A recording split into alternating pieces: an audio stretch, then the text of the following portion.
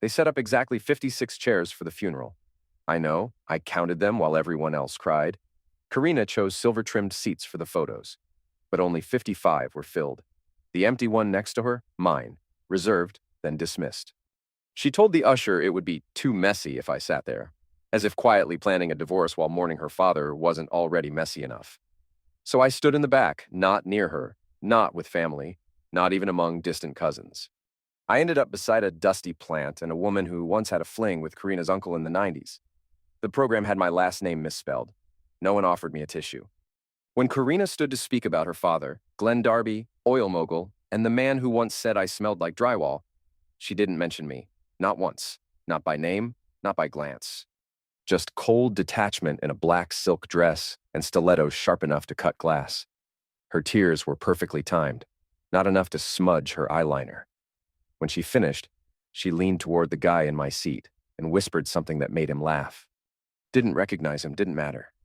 Because what happened after the service? That's when everything really started. On our way out, she dropped her handkerchief in front of me, slow, deliberate. I picked it up and noticed a folded document sticking out of her purse. My name was in bold, case number attached. She'd already filed, before the casket closed, before the flowers wilted. While pretending to mourn the man who despised me, she'd decided I was disposable. In 2 days, she'd collect $250 million and hand me an envelope that said, "Wendell, I'm choosing me." But Glenn had other plans. At the will reading, her expression cracked. She looked like spoiled milk in a room full of polished wood and rich strangers. I hadn't slept the night before. I crashed at my cousin's place, tossing on his basement couch, wondering if I should even show up. She'd taken everything, our marriage, my dignity, my hope, but I couldn't shake that document from my head. Why would Glenn, who called me the yard gnome, leave me anything? They didn't even let me in through the front. I was directed to the side door, Glenn's last insult, probably. Inside, a few people sat in his overdecorated study. Karina was there in slate gray, mourning phase over. That same guy from the funeral sat beside her, flashy shoes, smug face. She glanced at me like I was a stranger she vaguely remembered living with. I sat in a dark corner.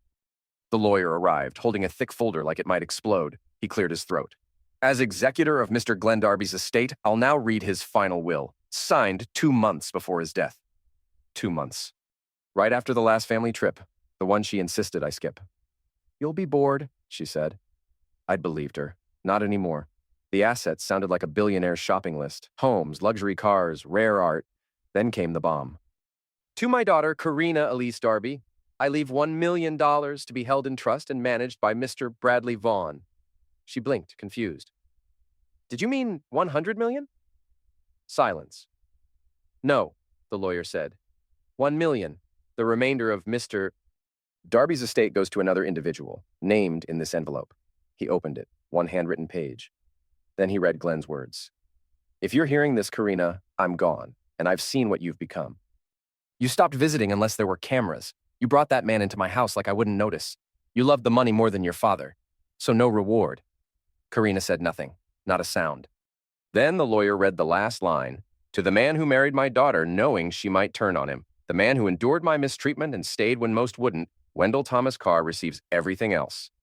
I felt the world collapse in on itself. For a second, it was like gravity stopped working. I couldn't breathe. Karina looked at me like I'd turned into a hallucination. The guy sitting beside her shot out of his chair like it had shocked him.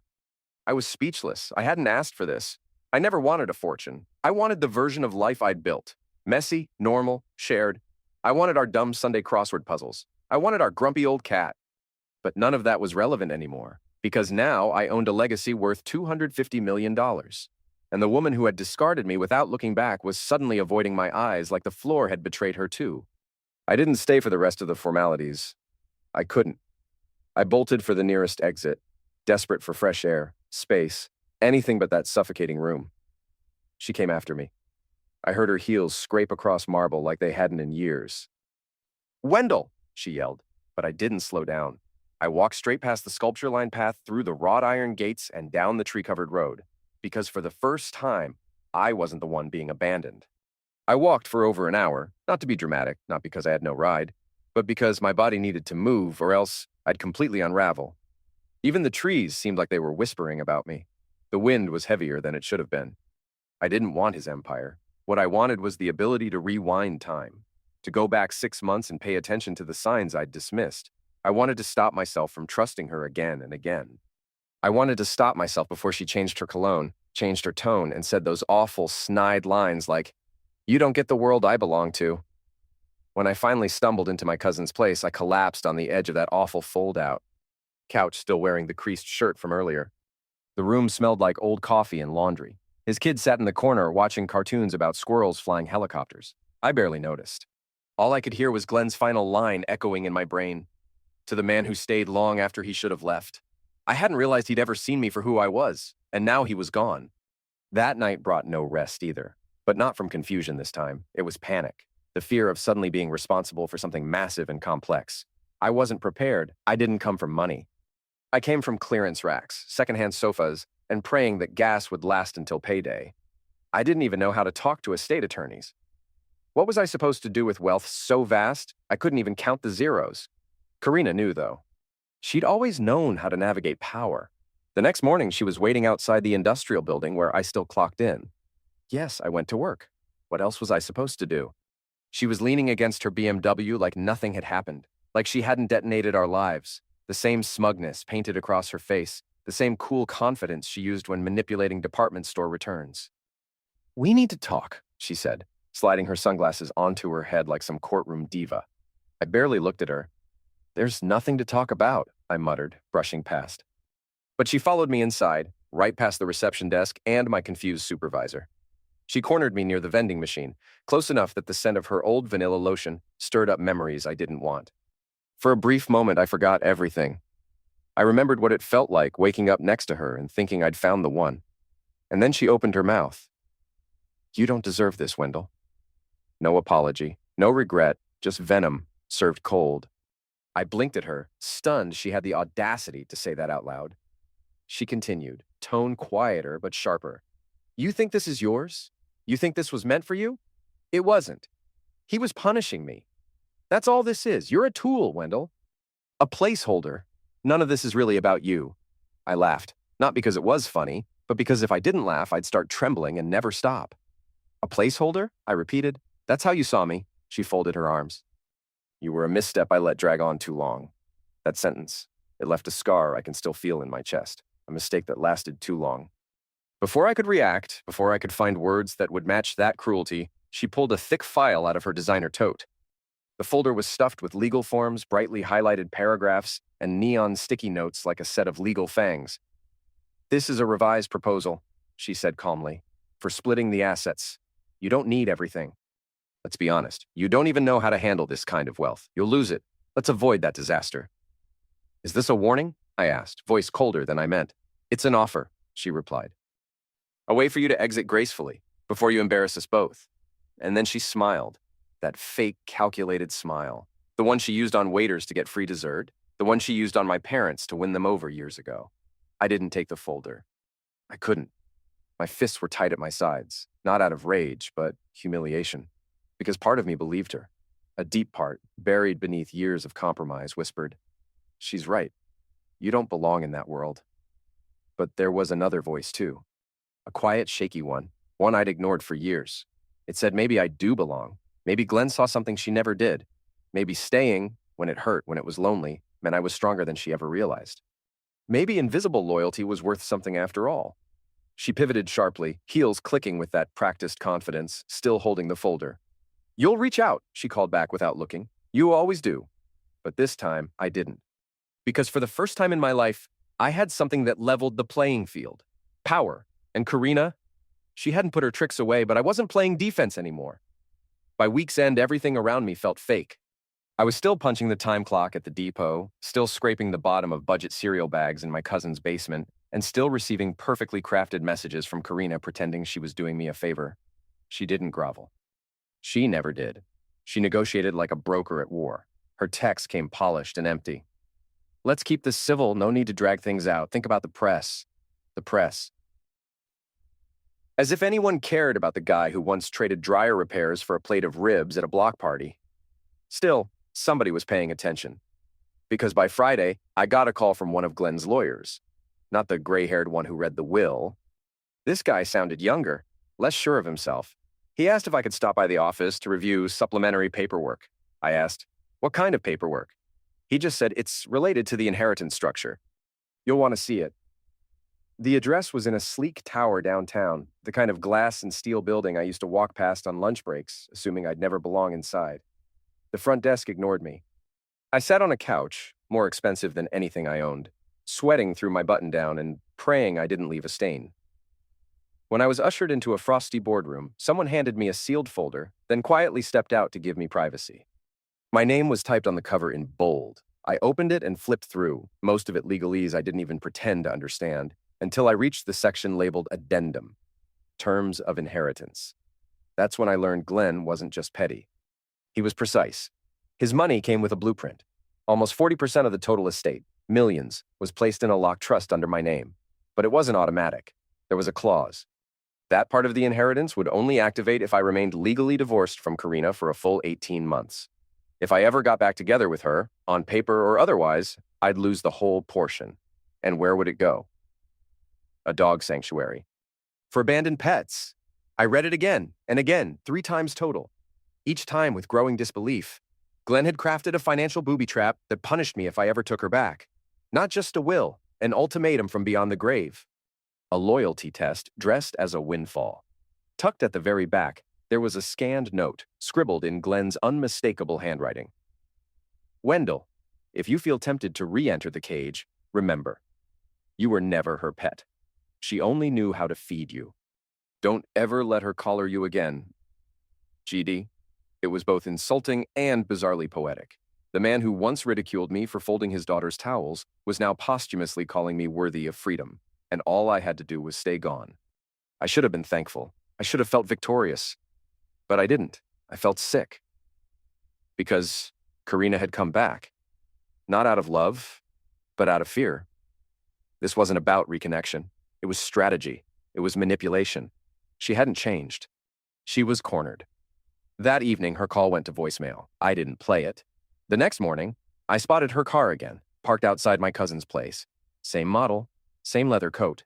But no folder this time, just her, looking tired, hair unkempt, eyes red, almost real. I just want to talk, she said gently. You always do, I replied. She glanced at her hands, then met my eyes. So, you read it, didn't you? I stayed silent. Her lips tensed. It's humiliating, Wendell. What he did to us, what he wrote in that clause, it's sick. He's mocking us, even now. I stared at her. Maybe he's just mocking you, Karina, I said, more bitterly than I meant. She blinked. That was the first crack in her performance. I never wanted to hurt you, she whispered. I let out a dry, disbelieving laugh. You didn't want to hurt me? You had the paperwork ready before they even picked up the flowers from his funeral. What did you expect me to do, just stand there while you cashed in, and that guy with the shiny loafers? She looked like she wanted to cry, but nothing came. And that's when I saw it, really saw it. She couldn't cry. Not, wouldn't, couldn't. The emotion just wasn't in her. Maybe it never had been. As she turned to leave, she pulled something from her coat pocket. A photo, old, worn. Us on a blanket by the lake, plastic wine glasses, her resting her head on my chest. I've kept this, she murmured. You weren't just a stepping stone. But I didn't reach for it. She left, and I left the photo on the porch. That night, I looked up the dog rescue Glenn named. Over 300 animals lived there. One of them, a pug with one lazy eye, was named Captain Pickles. If I went back to her, he got the money. I never thought a one-eyed pug would be the symbol of my dignity. But standing in that moment, I understood everything. Karina wasn't after me. She was trying to disarm the trap her father had set. But the timer was already running. And I wasn't playing her game anymore. The photo? It sat outside for 2 full days. A drizzle came that first night, enough to blur the ink and swell the paper. I figured my cousin's kid had taken it inside, but no. On Monday morning, as I left for work, it was still there, clinging to the porch. Its corners curling, its colors fading, like a ghost that had finally aged. I picked it up, not out of longing, but as a reminder. Not of love, but of what she let go. You'd assume this would be the end of the saga. That Karina would slink off into her designer world of glass chandeliers and imported wine, leaving me to stumble into my newfound wealth. But that's not how she operates. Karina never walked away quietly. And certainly not after losing to someone like me. 3 days later, I found an unmarked envelope in my mailbox. No stamp, no return address, just my name. written in oversized red letters like something from a bad spy novel. Inside was a single piece of paper. No explanation, no greeting. 2 lines. There's more you don't know, Wendell. Be cautious about who you trust with Glenn's past. No name, no hint of origin. At first, I thought it was a joke, maybe even some weird prank.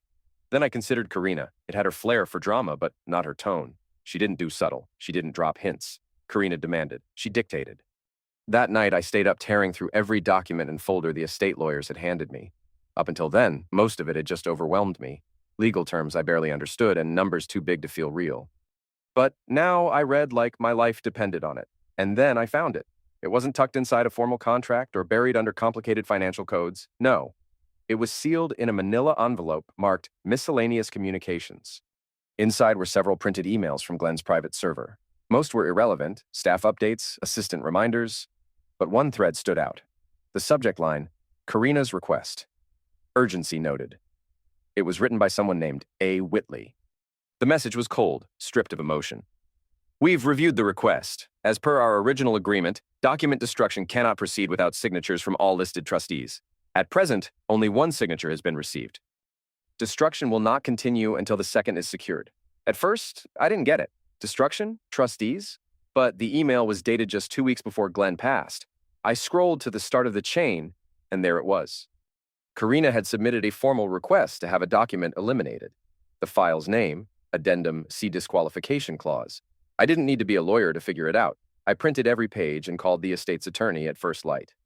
When I told him what I'd uncovered, the line went silent. Not for long, but long enough to tell me he hadn't expected I'd ever dig this deep. Mr. Carr, he said cautiously, those materials were reviewed after Mr. Darby's passing.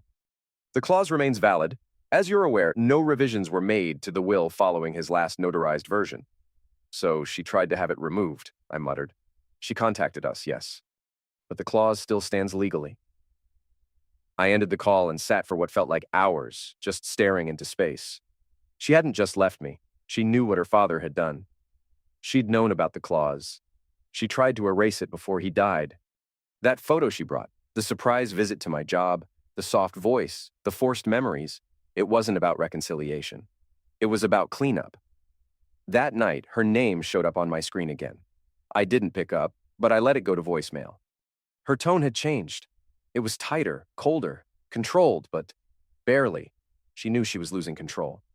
Wendell, look, this has all been horrible, but you know as well as I do, this wasn't about you. He did this to punish me. You're just a stand-in. I spent my life under his rules. I deserve part of this. You don't really want to see me suffer, do you? I listened to it twice, then saved it. Not for evidence, just to remember who she was when she thought I wasn't listening. But what Karina hadn't figured out, and what Glenn must have hoped I eventually would, was that this rabbit hole went even deeper. Beyond the emails were records, video clips, surveillance logs, archived estate access files.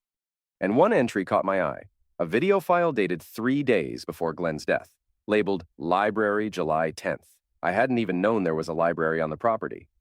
Karina had always told me that part of the house was off limits. Family archives, she'd said, not for guests. It took almost a week to get access. Dozens of phone calls, identity verifications, and legal clearance. Part of me expected someone to block me at the gate, to tell me there had been a mistake, that I didn't belong there after all. But no, the security guards nodded this time. Not as Karina's ex, not as the guy who once fixed the pool heater. Now I was Mr. Carr, the sole heir, and even the marble lions at the entryway seemed to respect that. The library sat in the west wing, second floor, a part of the house I'd never entered. It smelled like dust and power. Where I used to be told I didn't belong, now I had a key, not metaphorically, literally. One of the old estate workers, his name was Horace, I think, met me in the hallway. He didn't say much. Just handed me a small brass key and muttered, "He wanted you to find this." The walls were lined with books that probably hadn't been opened in decades.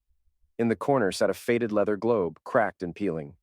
And behind one of the wooden shelves, tucked out of sight, was a hidden drawer. I never would have found it without Horace. He just nodded and walked away, like his job was done. And that's when I realized Glenn had planned every moment of this. Every layer, every trap, every test. And Karina? She didn't know I was standing in the very room where it would all unravel. Inside the hidden drawer was a small flash drive nestled in a velvet-lined box, labeled in Glenn's neat, unmistakable handwriting, Library 7, 10 final record. It didn't weigh much in my hand, but somehow, it carried the full gravity of everything I'd failed to recognize for years. I viewed it alone, in the estate's study, behind locked doors and drawn curtains. The file was short, barely 5 minutes long. No background music, no editing, just unfiltered footage from a static security camera mounted above the library's fireplace. The video opened with Karina, not weeping, not grieving, not alone. She was pacing aggressively, one hand clenching her phone while the other carved the air in frustration. Across the room, Glenn sat at his desk, unmoving. His eyes didn't hold sadness, just fatigue. I leaned closer. "You don't get to do this!" Karina's voice burst through the speakers. "You think you'll die satisfied knowing you ruined me?" He didn't reply. "You're seriously giving everything to the guy who fixed your sink?" Still nothing. She stormed toward him, practically shouting now. "He's pathetic, Dad. He doesn't belong in our world. He doesn't even know how to tie a tie right. This is humiliating." Glenn finally stirred, leaning forward slightly. "You made your bed," he said, his voice even and cold. "You walked out before I was gone." "So what?" she hissed. "You were barely holding on anyway." He lifted his hand to stop her. "And yet I lived long enough to change the will." Her body froze. Her carefully controlled expression cracked. His next words came slower, like they had been rehearsed. "You thought you could play both sides. Break away clean, keep the freedom, keep the wealth, dodge responsibility. But that's not how this ends. You treated love like currency, but Wendell, he never asked for anything, not once. He never insulted me. Even when I gave him every reason to." She took a step back, face unreadable, a mess of anger and disbelief. "This isn't about care," she said at last. "It's about vengeance." "No," Glenn replied, cool as stone. "It's about preservation. I'm protecting what I built, from you." And then the screen cut to black. I sat in that silence, watching my reflection hover in the blank screen. There was no triumph, no feeling of justice, only emptiness. Because deep down, some irrational part of me still hoped she'd cared, just a little. But hearing her talk about me like I was a stain, it made things clear. She didn't lose me. She threw me away. And now the only thing she wanted was the thing she'd assumed was hers.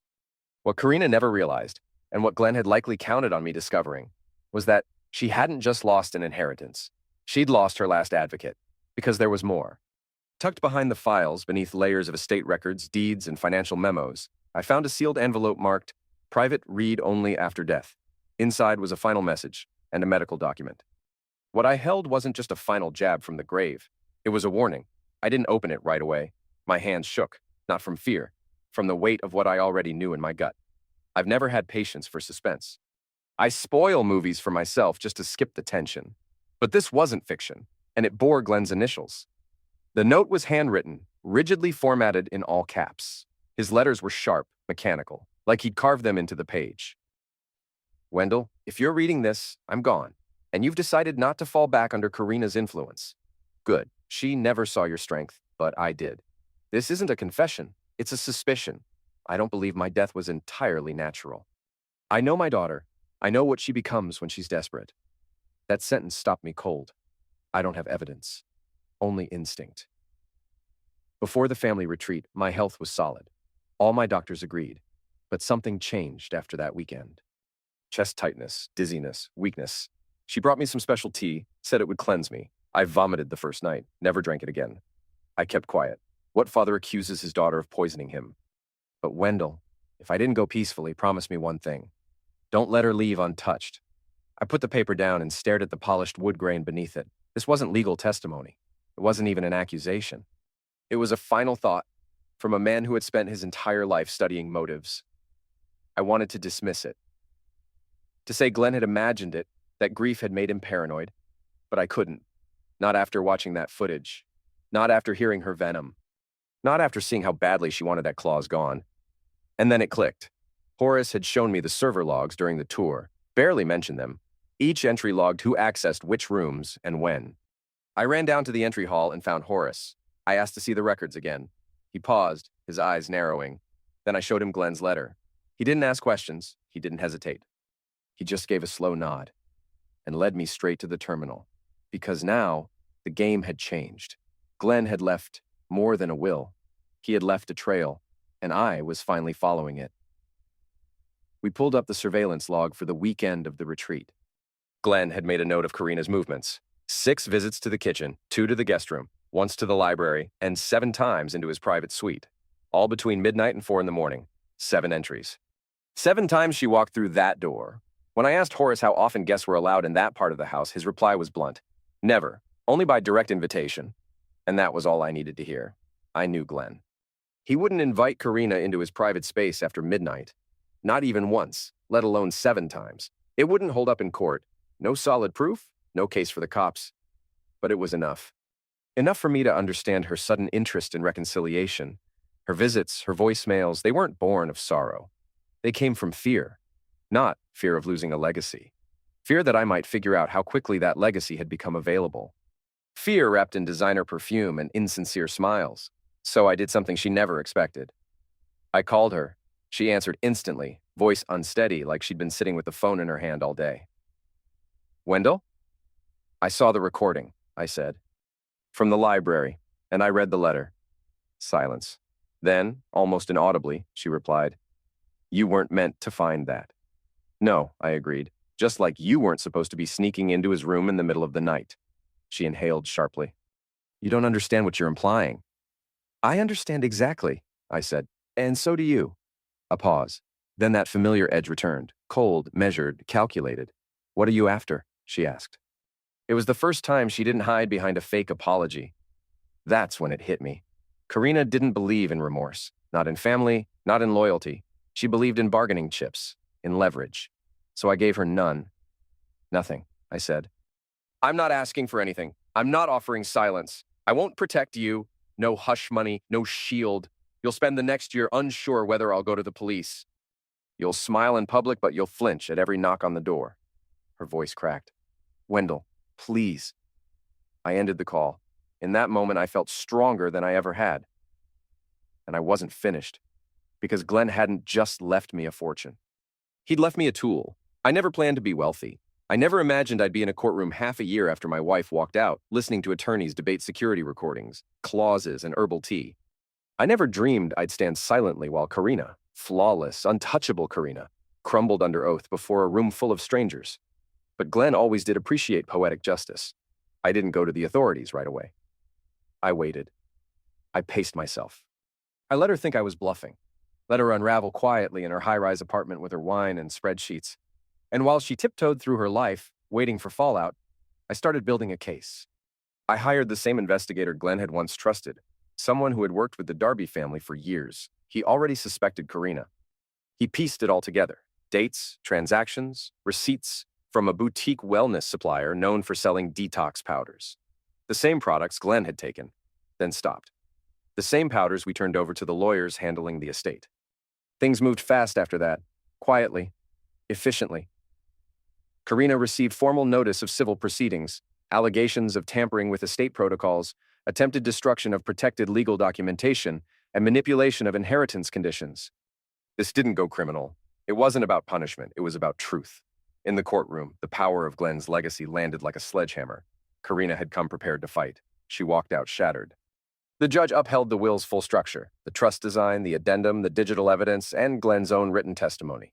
Karina's remaining share was frozen, then rerouted. Not to me, but to the alternate beneficiaries Glenn had chosen for moral breaches within the family, a list of charities. She filed appeals, twice. She lost, twice. Each ruling honored the facts, the recordings, the details. The quiet husband who'd stayed in the background until the truth spoke for itself.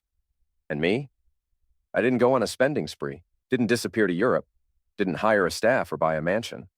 I rented a small place by a lake, adopted 2 aging dogs from Captain Pickle's rescue, and started helping out at the shelter every Saturday. Funny how the clause meant to keep her away led me somewhere peaceful. I've picked up skills I never thought I'd need. I've learned how to manage an estate, how to rebuild my trust in people, one moment at a time, how to sleep again, without dread or unanswered texts echoing through the night. People ask if I still feel anger, if I miss her. And the answer? I'm not sure. I don't miss the lies. I don't miss the anxiety of walking on eggshells. But I sometimes miss the version of her I once believed in, that imagined Karina who still cared. But nostalgia isn't love. And missing who someone pretended to be doesn't mean you want them back. A few weeks ago, I received an envelope. No name, no return address. Inside was one handwritten line. You destroyed everything. I didn't save it. I let the dogs chew it up. Because she was wrong. I didn't destroy everything. I salvaged what was left of myself. And that was worth more than every dollar Glenn ever left behind.